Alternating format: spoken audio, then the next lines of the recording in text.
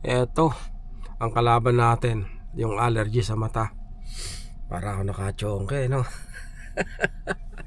Good morning mga dre. Ang oras natin ay 5:56 ng umaga. Medyo maaga ako nagising at hindi ako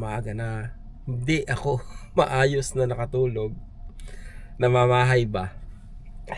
Kagabi natutulog ako, ramdam na ramdam ko yung pangangati niya. Walastek. Uminom na ako ng gamot, nagpatak na rin ako. Ano ba yan? Mas malala yung tama ako rito kaysa nung nasa Japan ako. Mag-charge pala ako konti bago ako bumiyahe. Yan. Ano yun? Bukas na ba sila? Parang may kumakanta na pero sarado pa Breakfast. Onigiri uli.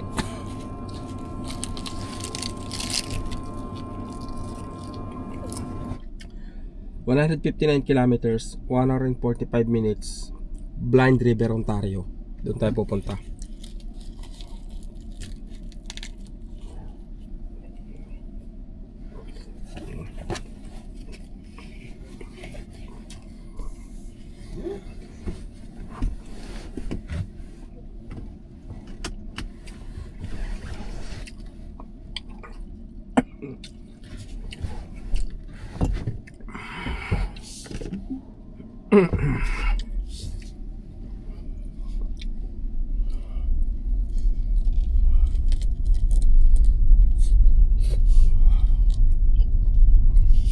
In 200 meters, turn right onto Countryside Drive, then turn left onto Long Lake Road.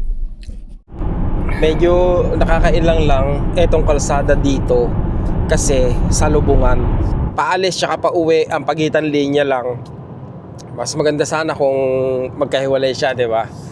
Kaya I think mahirap din bumiyahe ng gabi rito kasi nga lalo na kung malabo yung mata mo. Sigurado lalo kang mabubulag dito Yung mga kasalubong mo, yung mga ilaw nila, di ba? Breakfast. Naghiwalay yung daan. Sana laging ganito.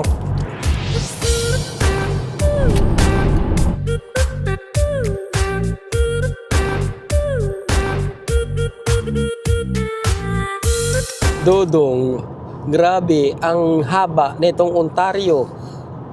Parang walang katapusan. Walastik. Ang dami nilang kalsada. Ang dami nilang lupa. Kailangan nating mag-charge ng 21 minutes para makarating tayo sa Blind Ontario. Blind River para. Blind River, Ontario! Andito tayo sa gitna ng kawalan. Iyon.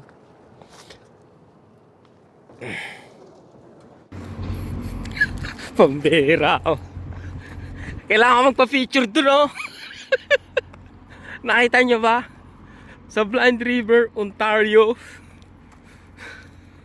Walastek. Minsan lang to. Andito tayo. Layo ng biyahe natin para makarating dito. Kailangan makapa-picture tayo ron.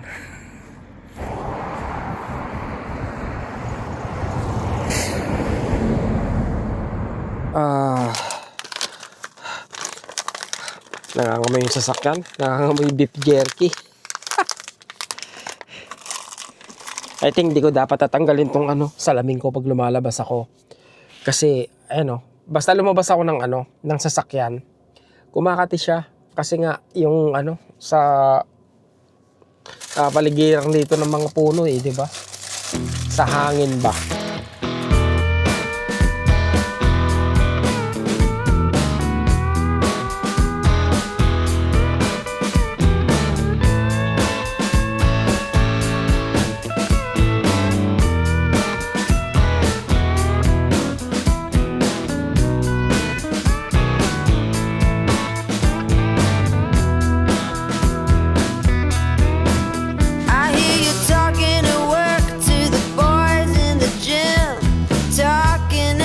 Nakakainip to. Parang ito yung pinakamahaba Pinakamahabang biyahe. 24 kilometers na lang papunta sa Sault Ste. Marie. Tagal ng biyahe na to. O dahil mabagal lang. Ito pala maganda. Maanghang. Tanggal antok eh.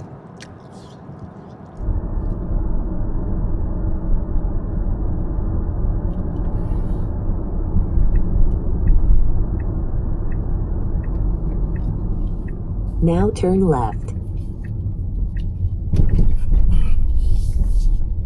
Oh God. Where am I?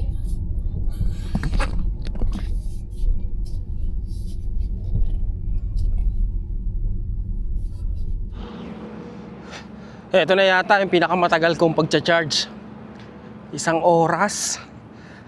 Dahil siguro malayo na yung susunod na pagcha-chargehan ko sa Wawa. Wawa, I think, ano ba yun? Small town yata yun, mga dreno. Wawa is a small northern Ontario municipality on the northeast shore of Lake Superior, known for its giant goose statue and rugged Canadian Shield scenery. It sits on the junction of Highway 17 and 101 and serves as the key stop on the Trans-Canada Highway. Ontario pa rin. Palastek. Ang haba niya talaga, diba?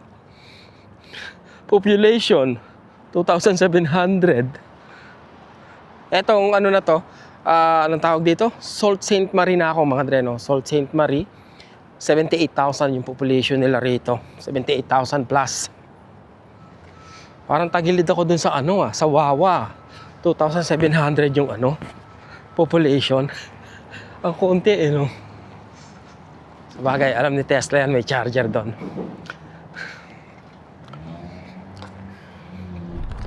Dito yata ako sa downtown ng Sault Ste. Marie. Kasi andito itong mga kainan eh. Uy. Ako pwede na tumoy. Tatawid na sana ako eh. Andito yung mga kainan no. Yan no. Ito na yung pinaka-downtown nila. Pagtapos na ito, wala na. Tawid na tayo. Pumili na lang ako sa Wendy's ng pagkain. Dahil yung anong tawag dito? Yung KFC, alas 2 pa. Yung Taco Bell, alas 2 pa. So KFC lang yung bukas. Kaya andun lahat ng tao sa KFC. Sa Wendy's. Namumula. Ganito lang ganito.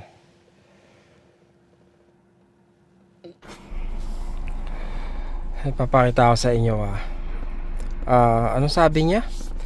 Stay below 89 km per hour para pagdating ko sa destination ko meron akong 10%. Ito yung destination ko mga dreno, Wawa, Ontario. Kailangan ko pa raw, kumbaga sa ngayon minus 12 pa pag dumating ako doon sa destination ko. Minus 12 pa yan Tingnan nyo kung ilan na yung charge ng battery ko. 84. So pag plus 12, 96%. Aroy, 4% ang matitira sa battery ko pagdating ko ron. Pag nagmabilis ako o baka kulang pa. So dapat hindi ako lalampas ng 89 kilometers per hour. Kinakabahan ako dito sa Wawa. 94% na yung battery ko. Negative 3% pa rin to. Ibig sabihin 3% na lang talaga pagdating ko ron. So dapat bagalan ko lang yung takbo para lang sa ganun umabot ako. Kadalasan mga dreno, halimbawa nakalagay dito, darating ako sa destination ko, 10% yung battery ko. Considering na yung speed ko is 100 kilometers per hour. Ngayon, madalas lumalampas ako, umaabot ako ng 120, 130. Pagdating ko sa destination ko, 4% na lang yung battery. Hindi na susunod yung 10% kasi nga overspeeding ako. So ngayon, kailangan kong mag-underspeed para lang umabot ako sa Wawa, Ontario. So, kailangan mo lang maraming time. Kung susundin ko itong mga speed na nandito, tsaka charging time, makakarating ako sa Thunder Bay ng 8:17 ng gabi. Alanganin pa, di ba? Baka hindi na ako umabot sa Thunder Bay. Baka sa Nepegon, Ontario na lang ako. Kasi mula sa Nepegon, 6:40 ng gabi, darating ako sa Thunder Bay ng 8:20. Ibig sabihin, 1 hour and 40 minutes yun. So, 140 kilometers. Malamang, doon ako sa Nepegon, Ontario. O baka nga sa Terrace Bay, Ontario na lang ako eh. Kasi nga, magagala rin ako dito sa anong tawag yan? Dito sa Wawa, may gusto akong tingnan. Yung Superior Lake. Let's see, mga dreno. Malaman natin kasi nakadepende rito kay Tesla kung anong gagawin, kung ano mangyayari. Ngayon ko lang nakita talaga to. 95% negative 2 pa rin ako. Kaya pala mas sinasuggest niya na dumaan ka sa US kung ang road trip na kukunin mo is papunta ka sa Vancouver, kung manggagaling ka rito sa sa Ontario. Ang gusto niya mag-US side ka kasi sa US side mas maraming charger kumpara rito. 99%. Pagdating sa destination, 2%. Inaantay ko na lang ma-full charge para kahit pa paano 3%. Yun, pwede na. Full charge na.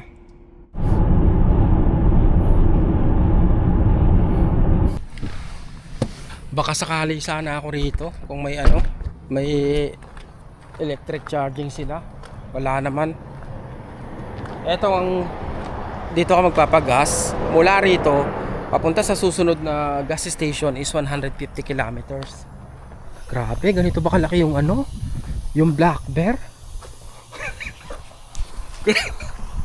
Diba? Taka po, inang. Talaga naman. Let's na ulit tayo. Nag-CR lang ako. Tapos biyahe na tayo. Malayo pa. Ayan pa tayo. 150 kilometers. Naging 10% siya, diba? Kasi binagalan ko yung andar ko. Hindi ako lumalampas ng 100 para madagdagan yung ko. At yun ang bala kong gawin sa buong biyahe na to. Huwag akong lumampas ng 100. Tsaka na ako hahataw pag malapit na ako.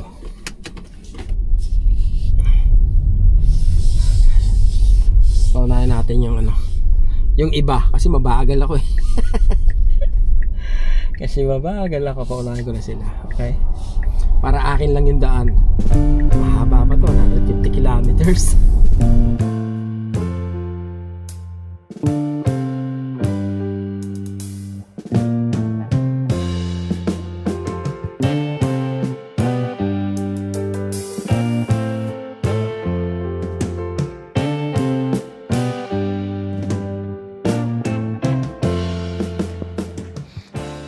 Welcome to Wawa, Ontario. Eto pala yun. Ang pinagmamalaking, napakalaking goose. Goose ba yan? Canada goose? No, tingnan nga natin kung ano nga yan. Yun, Grabe, lahat na narating natin, di ba? Di ko alam kung nakaka 1,000 kilometer na ako mula kahapon o mahigit 1,000 kilometer. But anyway, we're 2 steps closer sa ating Victoria. Vancouver pala, Vancouver mga dreno. Yan. Anong sikat dito? The Giant Goose Statue. Ayan na yon. Tapos merong Lake Superior Scenery. Nakita nyo naman yung di ba? Pambihira yung mga kuha ng lake habang pababa tayo dun sa kalsada. Napakahusay, no?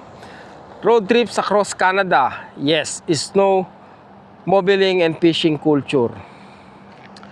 So, para ito yung pinakamahabang biyahe, mga dreno. Papunta rito. White River naman tayo, mga dreno. White River. White River. Alright.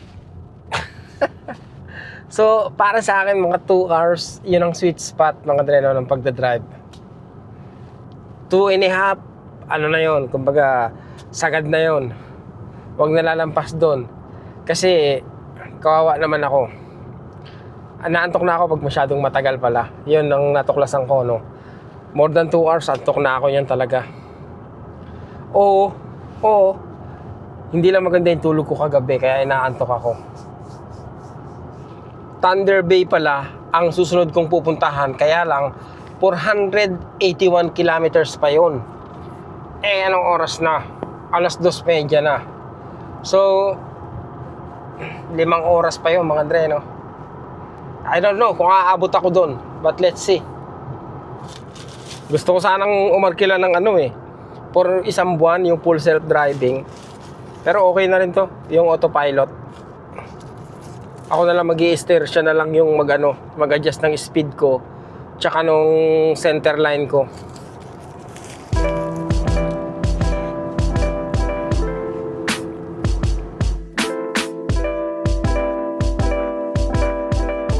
At your destination.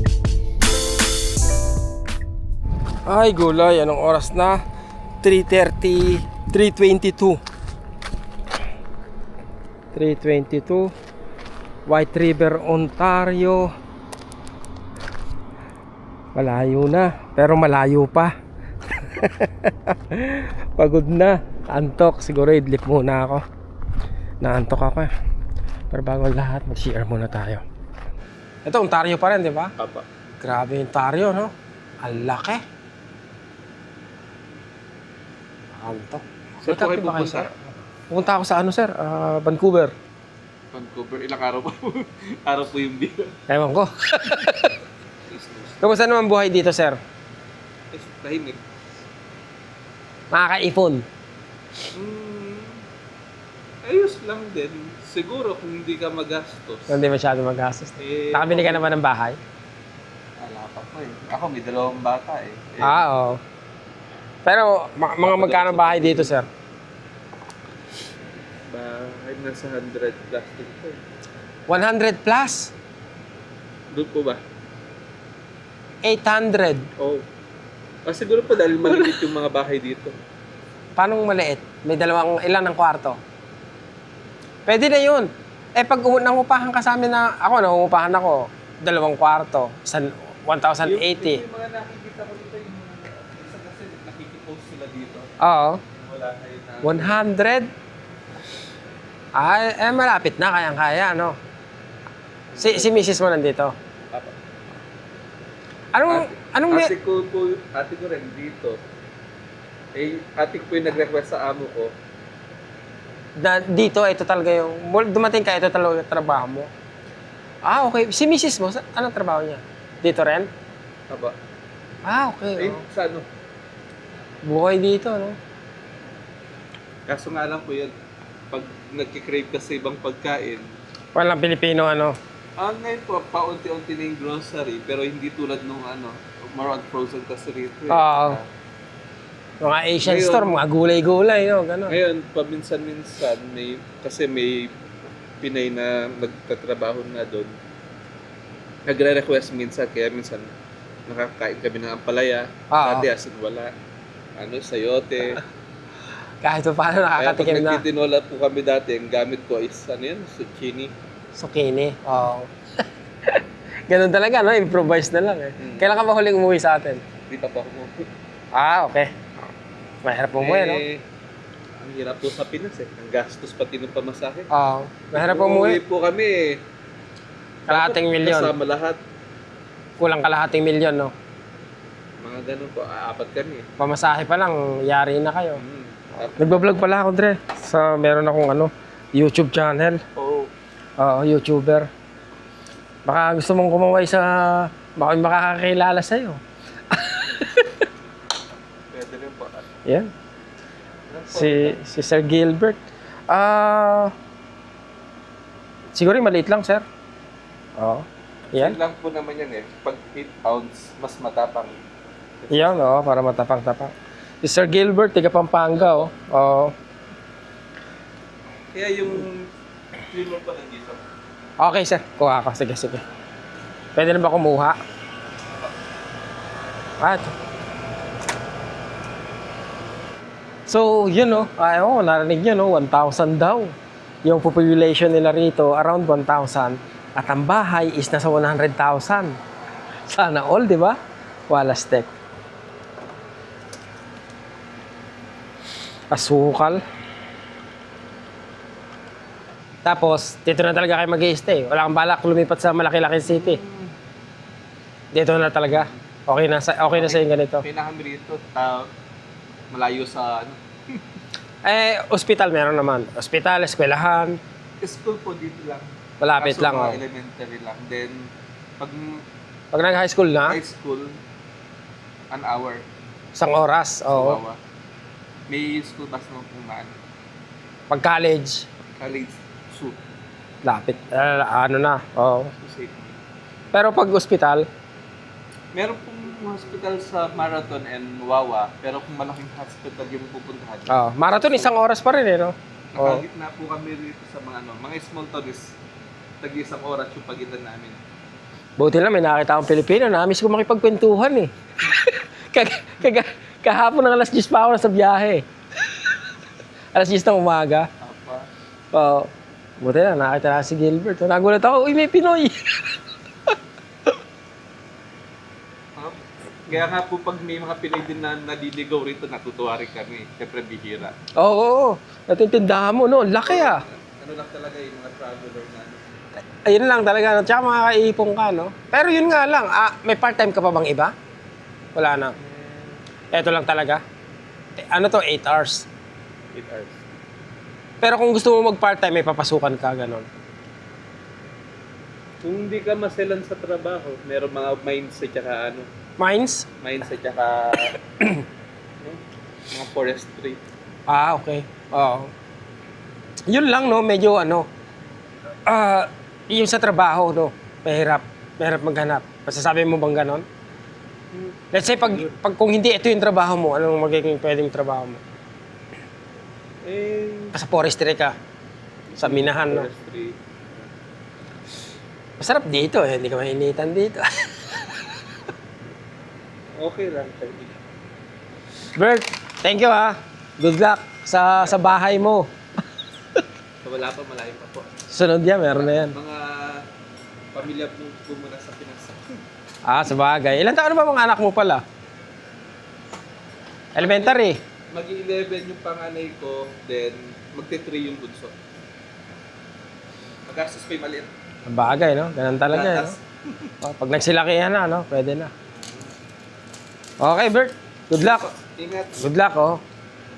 Yan. Thank you. Oop. Ay, salamat. May nakakwentuhan din, di ba? Sa haba ng biyahe, may nakakwentuhan. Inaantok ako eh. Hopefully, hindi na ako antukin kasi 1 oras uli at kalahati papunta dun sa next destination. Tingnan ko nga, saan ba yun? Pahinga mga dre, no? Tumabi muna ako rito. Ano na ako eh, nasa Marathon, Ontario. 54 minutes pa sa destination ko sa Terrace Bay. Kaya lang,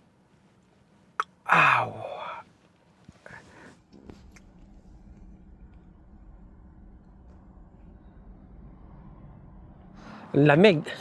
Sobrang araw, pero close up. Malamig. Oh gosh. Anong oras na? Alas 5 na mga dre, no? So, I think, ito na yung last stop ko. Yung pupuntahan ko. Doon na muna ako magpapahinga. Tapos, bukas ko na yung pagpapatuloy. Parang ano pa ako eh. 300 kilometers. Papunta sa Thunder Bay. Layo pa. Kaya pahinga na muna ako rito. Pagkahinto ko.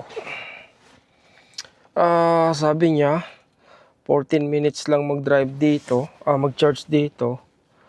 Tapos, ano mangyari? biyahe ng 1 oras para makarating sa Nipigon, Ontario. Pero baka dito mas magandang pahingahan eh. Tingnan nga natin. Teka lang, charge muna natin. Mga bukas ba to? Parang mga sarado eh. Oy! Yan oh.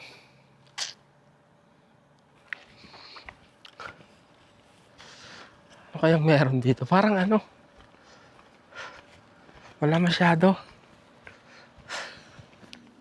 Yan oh. Andun yung ano? Bay. Ito pala ang Terence Bay. Kasi yun ang bay. Bay area. Drifters. Pwede tayo mag-ano rito, mag-CR. Dito tinuro eh. Meron pang ano, lighthouse. Wow! Chinek ko kung nakakailang kilometers na ako, no? Nakaka 1,475 kilometers na ako. What? Talaga? That's nice. Accurate ba yun? Sa 2 araw na pagdadrive, not bad, no? Anyway, magdadrive ulit ako ng, I don't know, siguro mahigit 1 oras para makarating ako sa kung saan doon ako magpapalipas ng gabi. May truck stop doon, may parking doon. Doon na rin ako maliligo kasi may paliguan daw.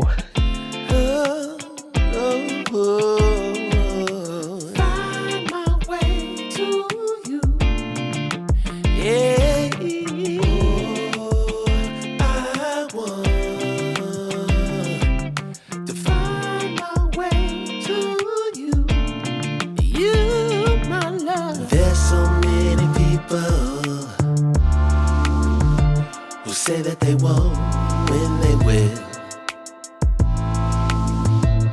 I could use some motivation, but I know how I feel. Faster than you like, it's over and that's the end.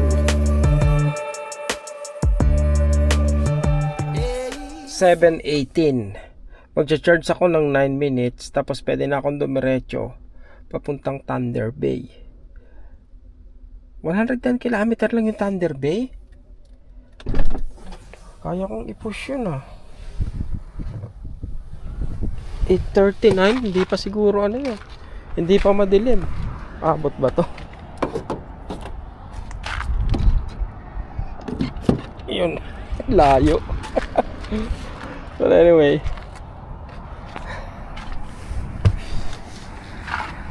oh gosh. So yun nga mga dreno, may nadaanan ako yung mga motel na 2 kilometers away mula dito.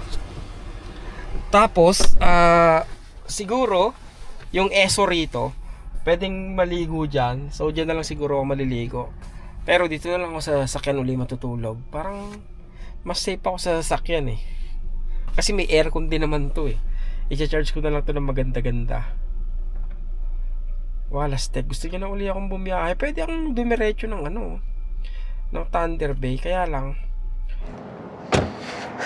Okay.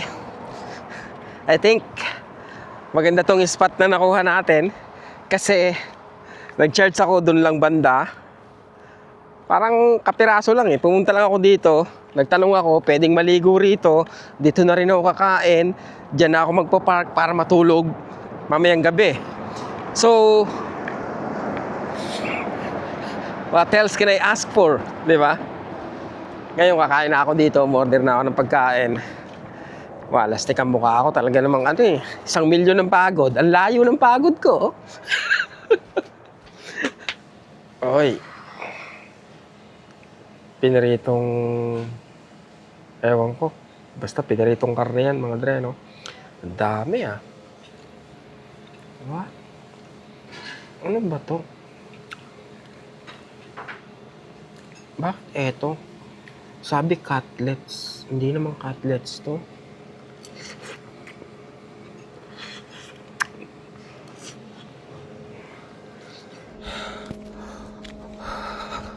Good evening guys.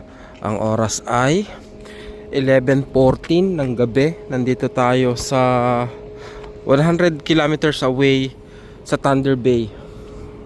Look, fancy, di ba? Okay, setup natin. No? Dito lang tayo matutulog. Nagsabi naman tayo, pwede rin matulog rito. Yung mga tracker, dito rin nagpapahinga. Kaya, dito rin tayo. Sleep na tayo. Okay guys, see you tomorrow. Oh gosh. Wait, we don't have to start the day yet.